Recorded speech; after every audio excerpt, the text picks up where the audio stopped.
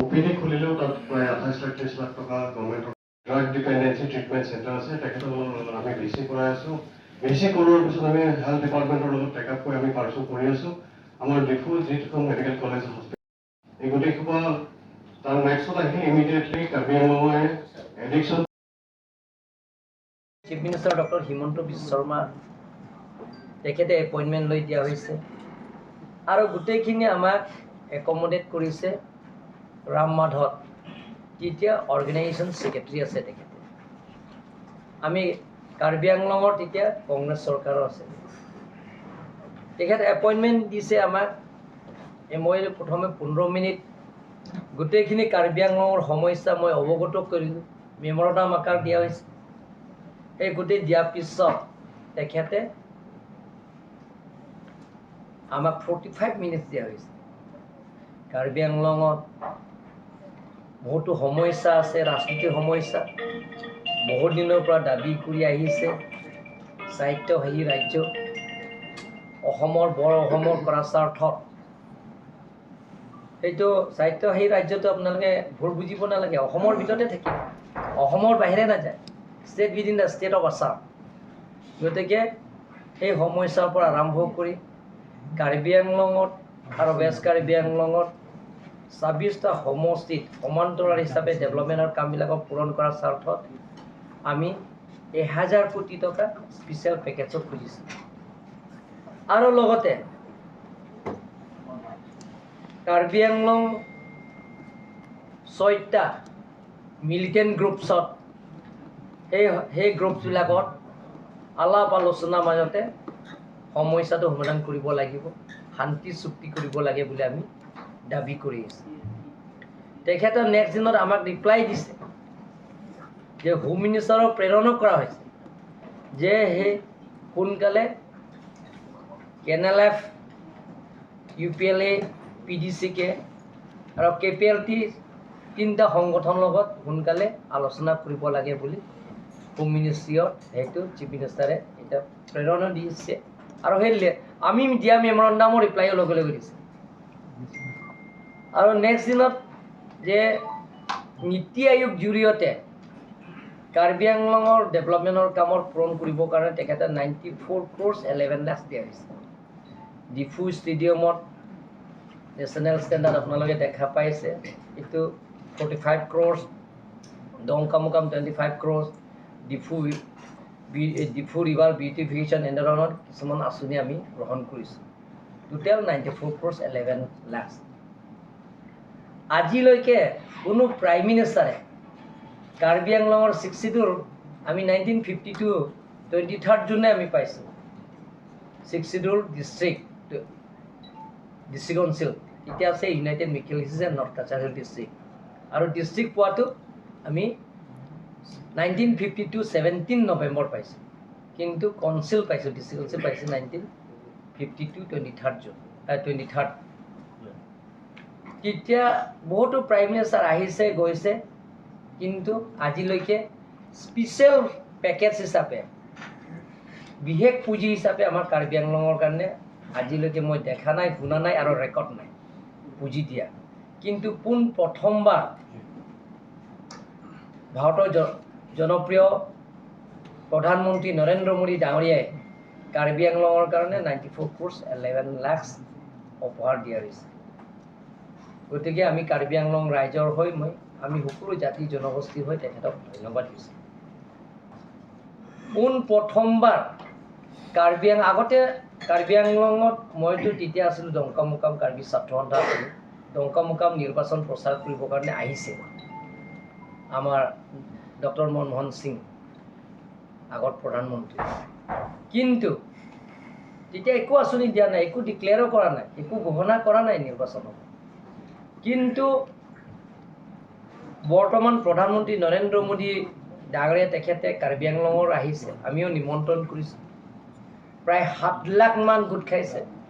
নিৰ্বাচনৰ কাৰণে তেখেতে অহা নাই কাৰ্বি আংলং আহিছে তেখেতে আঁচনি দিবৰ কাৰণে আহিছে কি আঁচনি দিছে তেখেতে যে তেখেতে আধালা স্থাপন কৰিছে veterinary college agriculture college government degree college তেখেতে লৰিং থিপি আহি আধাৰলৈ স্থাপন কৰিছে আৰু তেখেতে কৈছে তেখেতে ঘোষণা কৰিছে সেইমতে আমি আধাৰ স্থাপন কৰা হৈ গ'ল এতিয়া গভৰ্ণমেণ্ট ডিগ্ৰী কলেজ চিংথঙৰ প্ৰায় 80% মান কাম সম্পূৰ্ণ হৈছে আৰু ভেটেৰিনেৰী কলেজ আৰু এগ্ৰিকালচাৰ কলেজ খেৰণি আৰু ডিফুতে হ'ব মাঞ্জা সেই কামটো এতিয়া প্ৰচেছ হৈ আছে টেণ্ডাৰ কল কৰা হৈ গ'ল এইটো সোনকালে কামটো আৰম্ভ হ'ব গতিকে আপোনালোকৰ চাওক প্ৰথমবাৰ কাৰ্বি আংলঙৰ ৰাস্তা পদূলি বহুত বেয়া আপোনালোকে জানে নেশ্যনেল হাইৱেটো ৰাস্তা খুব অৱস্থা বেয়া বোকাজান গ'লে একদম বহুত ৰাস্তাটো বেয়া অসম চৰকাৰৰ পৰা আমাৰ মেৰামতিটো দিয়া হৈছে কিন্তু আমি দাবী কৰি আছোঁ আৰু লিখিত হিচাপে দিছোঁ ৰিটাৰ্ণ দিয়া হৈছে সেই ৰিটাৰ্ণ দিয়াটো আমি নেশ্যনেল হাইৱে 4 লাইন হ'ব লাগে বুলি কৈছে আৰু বৰ্তমান চিফ মিনিষ্টাৰ ডক্টৰ হিমন্ত বিশ্ব শৰ্মাও এই লেটাৰ প্ৰেৰণ কৰিছে আৰু সৰ্বানন্দ সোণোৱাল ডাঙৰীয়াও তেখেতেও লেটাৰ দিয়া হৈছে আমি 3টা লেটাৰৰ নীতিন গাডকাৰী গৈ এইটো 4 লাইন ইয়াত দিব লাগে বুলি কৈছে কিন্তু 4 লাইনৰ কামো চেংচন হৈছে প্ৰায় কামটো সম্পূৰ্ণ হৈছে 95% মান কামটো সম্পূৰ্ণ হৈছে এইটো আপোনালোকে চকুগতে হৈছে প্ৰথমবাৰ অসমত এটা ৰাজনীতি ইতিহাস বা অসমৰ ডেভেলপমেণ্টৰ ইতিহাস আপোনালোকে চাওক অসমৰ এমছত কেতিয়াও হোৱা নাই তেখেতৰ দিনতে এমছত আধাৰ স্থাপন হৈছে আৰু এমছৰ উদ্বোধন কৰা হৈছে তেখেতৰ দিনতে উপহাৰ দিছে ফাউণ্ডেশ্যন উল্লেখ কৰিছে তেখেতৰ দিনতে ইনগ্ৰেশ্যন কৰা হৈছে গতিকে আপোনালোকে চাওক এতিয়া কাজিৰঙাটো মাজুলীলৈকে কাজিৰঙাত আপোনালোকে হয়তো 37 কিলোমিটাৰ্ছৰ এটা ফ্লাইঅভাৰ এইটো চেংচন কৰা হৈছে যোৰহাটটো মাজুলীলৈকে টেনেল দি যাব ব্ৰহ্মপুত্ৰ নদীৰ তলত দি মাজুলী যাব সেইবিলাকৰ আঁচনি চেংচন কৰা হৈছে আমাৰ কামাখ্যা পবিত্ৰ কামাখ্যা মন্দিৰৰ সেইপিনে 6 লাইনছৰ ৰাস্তাৰ চেংচন কৰা হৈছে সেই গোটেইখিনি কাম আমাৰ নৰেন্দ্ৰ মোদী ডাঙৰীয়াই উপহাৰ দিছে কাৰ্বি আংলঙৰ আপোনালোকে চাওক তেখেতৰ নেতৃত্বৰ দিনত এটা স্থায়ী শান্তি হৈছে কোনো জাতি জনগোষ্ঠীৰ লগত সংঘাত হোৱা নাই কাৰ্বি আংলঙৰ তেখেতৰ নেতৃত্বৰ কাৰণে আজি কাৰ্বি আংলং আপোনালোকে চাওক উগ্ৰপন্থী জন্ম হোৱা নাই তেখেতৰ দিনত গোটেইখিনি উগ্ৰপন্থীৰ লগত আলাপ আলোচনা কৰি সমস্যাবিলাক সমাধান কৰা হৈছে শান্তি চুক্তি কৰিছে মেমৰেণ্ডাম অফ ছেটেলমেণ্ট স্বাক্ষৰ কৰিছে কেন্দ্ৰ চৰকাৰ ৰাজ্য চৰকাৰ আৰু যিবিলাকৰ সংগঠন আছে তেওঁলোকৰ লগত স্বাক্ষৰ কৰাইছে DNLA ডিমাচা উগ্ৰপন্থী আছে তেওঁলোকৰ লগতো স্বাক্ষৰ কৰাইছে গতিকে নৰেন্দ্ৰ মোদী 11 বছৰ যিটো ভৰি দিছে সেইটো কাৰ্বি আংলঙৰ কাৰণে বহুত উপহাৰ দিয়া হৈছে আৰু তেখেতে দিয়া বহুত আঁচনি এতিয়া আছে তেখেতে দিম বুলি কৈছে এতিয়া টেণ্ডাৰ হ'ব নেশ্যনেল হাইৱে নতুনকৈ এটা ক্ৰিয়েট হৈছে নেশ্যনেল হাইৱে 627 নীলি তাৰপিছত আমটেৰেং মৈঠালাংচু সংগ্ৰাম বৰথৈ ডংকামুকাম খেৰণি আৰু লগতে ডিমা হাছাও সেই ৰাস্তাও নেশ্যনেল হাইৱে 627ৰ সেইটো আমি উপহাৰ পাইছোঁ 2 মাহৰ ভিতৰতে তেখেতে টেণ্ডাৰ কল কৰিম বুলি কৈছে নীতিন গাডকাৰীয়ে